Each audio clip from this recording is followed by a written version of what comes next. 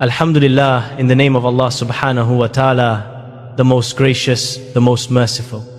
Peace and blessings be upon our beloved Prophet Muhammad sallallahu alayhi wasallam. My dear soul, Fajr has just ended. The masjid is still not silent but alive in a quiet way. The kind of silence where hearts are awake but lips hesitate.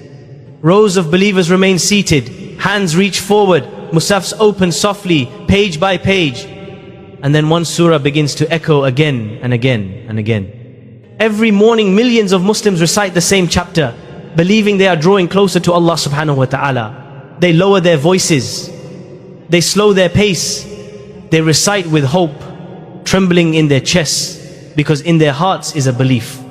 If I recite this, Allah will protect me. If I recite this, my rizq will open. If I recite this, poverty will stay away. And they are sincere.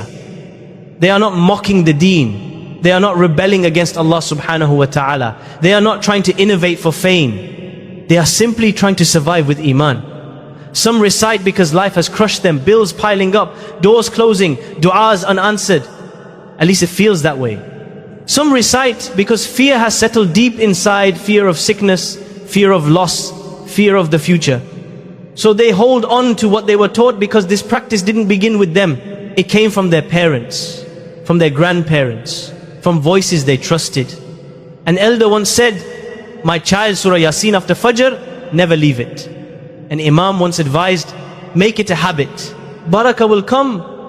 A community repeated it so often that it stopped sounding like advice and started feeling like obligation. And so it became routine, not questioned, not examined, just inherited. They don't do it out of rebellion. They do it out of love for the Quran, love for Allah subhanahu wa ta'ala, love for safety in an unsafe world. And that is what makes this so heavy, because sincerity does not automatically equal correctness. The masjid lights are still dim. The sky outside is still dark blue. And inside this calm moment, a dangerous assumption rests quietly. If everyone does it, it must be right. But Islam never taught us to follow crowds. Allah subhanahu wa ta'ala says in the Quran, وَإِن تُطِعْ أَكْثَرَ مَنْ فِي الْأَرْضِ يُضِلُّكَ عَنْ سَبِيلِ اللَّهِ. And if you obey most of those upon the earth, they will mislead you from the way of Allah. Surah Al-An'am, ayah 116. This ayah is not loud. It does not scream, but it shakes the soul of anyone who pauses long enough. Because Islam was never built on what most people do. It was built on revelation.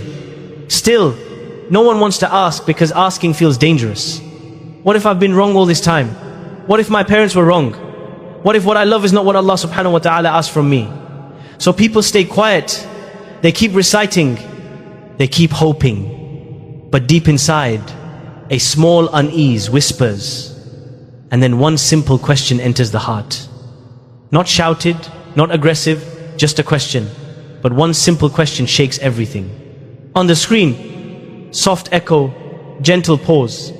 Is this from the Quran and Sunnah or is it from habit? That question alone is heavy because Islam is not against habits, but Islam is strict about worship. In Islam, we don't invent ways to get closer to Allah subhanahu wa ta'ala. We follow the Prophet Muhammad sallallahu alayhi wasallam, who said, "Man amila amalan laysa alayhi amruna fahuwa radd." Whoever introduces into this matter of ours that which is not from it, it is rejected. Sahih Bukhari, Sahih Muslim. This hadith is not meant to scare, it is meant to protect. Protect the deen from becoming culture. Protect worship from becoming guesswork. Protect sincerity from being misdirected. Because sincerity without guidance can exhaust the soul. Imagine standing before Allah subhanahu wa ta'ala one day and saying, "Ya Rab, I did what I was taught." And Allah subhanahu wa ta'ala responding, "But did you do what I revealed?" That thought alone makes the heart tremble. And suddenly that peaceful Fajr scene feels different. The same surah, the same voices, but now a question lingers in the air. Not to insult, not to accuse, but to awaken. Because loving the Quran means loving it truthfully. And following the Prophet sallallahu alaihi wasallam means asking, did he do this? Did his companions do this? Did the best generations understand it this way? The masjid remains quiet, but the heart is no longer asleep. And this is only the beginning. Because once a believer dares to ask, truth begins to unfold. And before we move to the next reminder, I ask you kindly, if this touched your heart even a little, take a moment to like this video, subscribe to this channel, and write a comment below. Tell me where in the world you are listening from. My dear hearts, light begins to enter the darkness. Not harsh, not blinding, but gentle. Like dawn creeping into the masjid windows, pages turn slowly, not in panic, not in anger, but with courage, because real iman is not afraid of the truth. Surah Yasin, let us say this clearly, without hesitation, without fear. Surah Yasin is great. It is the word of Allah subhanahu wa ta'ala. Every letter of the Quran carries reward. Every ayah is guidance. Every surah is light. Allah subhanahu wa ta'ala says, Inna hadha al-Qur'ana yahdi lillati hiya aqwam. Indeed, this Quran guides to that which is most upright. Surah Al-Isra, ayah 9. So this conversation is not about disrespecting Surah Yasin, and it is not about belittling those who recite it. This is about honoring the Quran without fabricating promises, because Islam teaches us something powerful. Truth does not need exaggeration. Here is the reality spoken calmly, honestly, and with evidence. There is no authentic Sahih Hadith that commands the daily recitation of Surah Yasin after Fajr. There is no authentic narration that promises guaranteed wealth, protection from poverty, or worldly success for reciting Surah Yasin every morning. This may feel uncomfortable, but discomfort is not the enemy of Iman. Blind following is. Love for the Quran does not mean inventing virtues. The Prophet Muhammad, peace be upon him, was very clear. Man kadhaba alayya muta'ammidan falyatabawwa maq'adahu minan nar. Whoever lies about me intentionally, let him take his seat in the hellfire. Why such a strong warning? Because attaching promises to Allah subhanahu wa ta'ala that He never revealed is a dangerous thing. Yes, there are scholars who mentioned reciting Surah Yasin for someone who is near death. Why? Not because of a guaranteed miracle, not because of a fixed ritual, but because Surah Yasin contains powerful reminders, Jannah, accountability, Allah's mercy, the reality of the Akhirah. It softens the heart of the dying person. It redirects their focus back to Allah subhanahu wa ta'ala.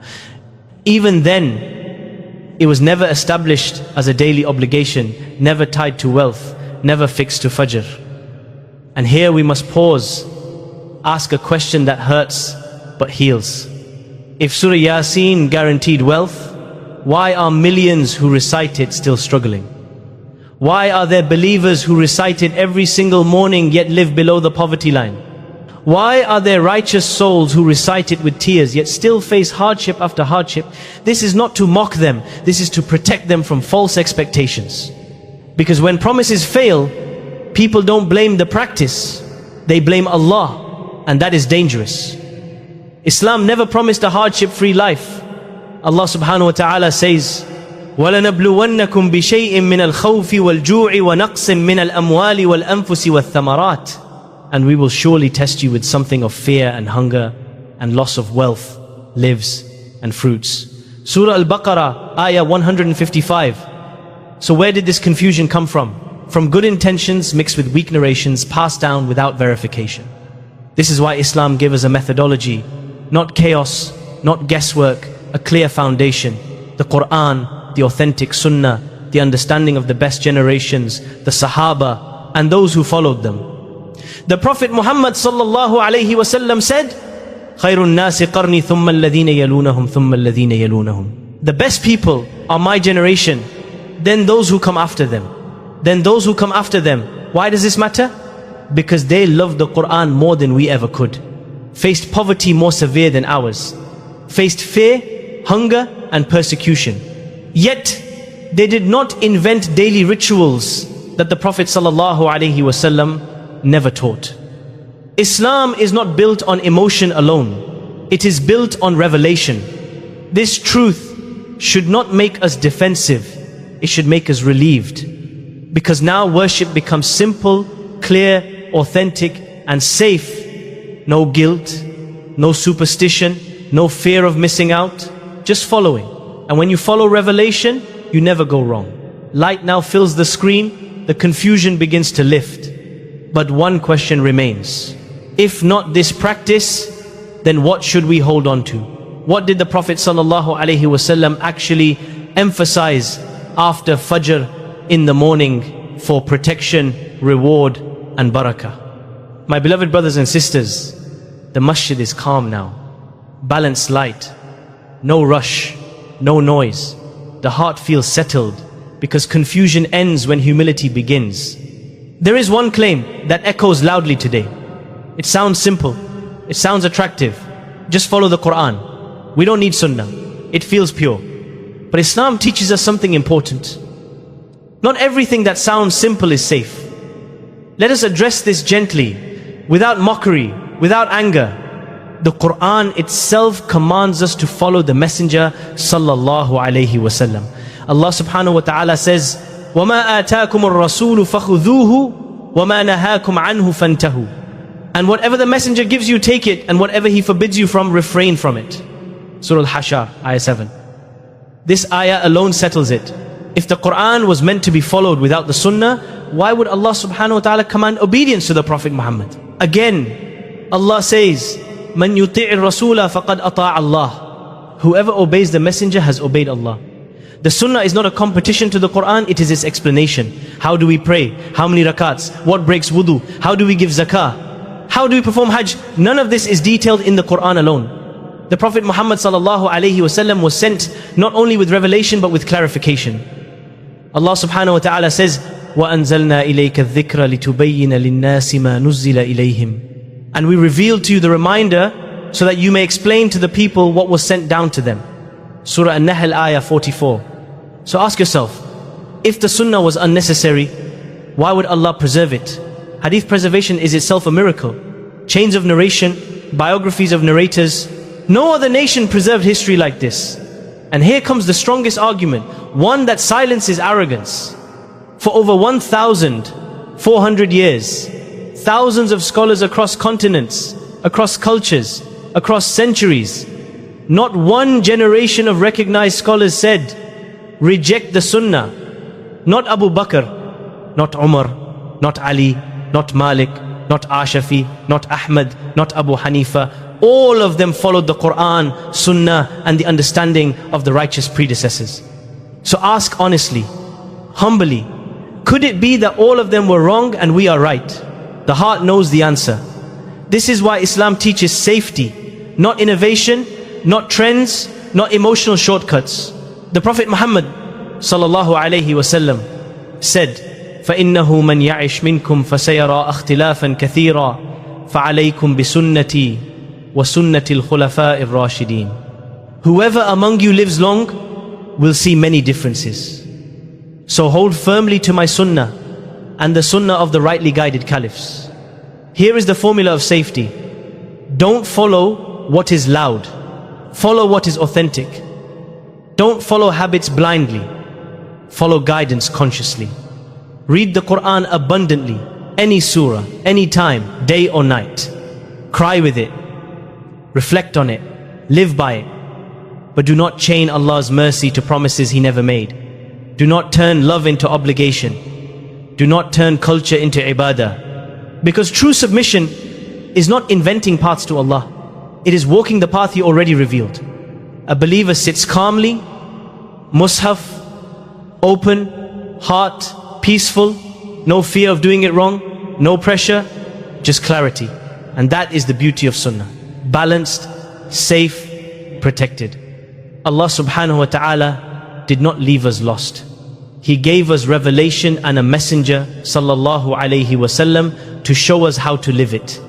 Follow truth, not trends, and you will never be lost. Ameen. Now raise your hands, close your eyes, and whisper with me, Ya Allah subhanahu wa ta'ala. Anta al-haqq, wa kalamuka huwa al-haqq. Ahdi qulubana li ma'rifati al-haqq. Warzuqna shaja'at al-amali bi. Ya Rabbi in kunna qad ta'abbadna bi'ibadatin bighayri ilmin. Aw tajawazna al-hadda fil mahabba. Faghfir lana birahmatika ya arhamar rahimin. Ya Allah arzuqna hubba al-Qur'an. Wa hubba as-sunnati allati tubayyinu al-Qur'an. لا تجعلنا ممن يقرؤون فقط بل اجعلنا ممن يفهمون ويعملون يا رب نجنا من خدعة الروايات وأنر قلوبنا بنور الهداية وهب لنا دينا صحيحا كما تركه نبيك محمد صلى الله عليه وسلم. يا الله أصلح أعمالنا بالإخلاص وقوم نياتنا وأحيي قلوبنا بنور كلامك. يا رب إذا اشتدت علينا الطرق فذكرنا بأمان السنة وإذا كثرت السؤالات فاجعلنا من الثابتين على الحق.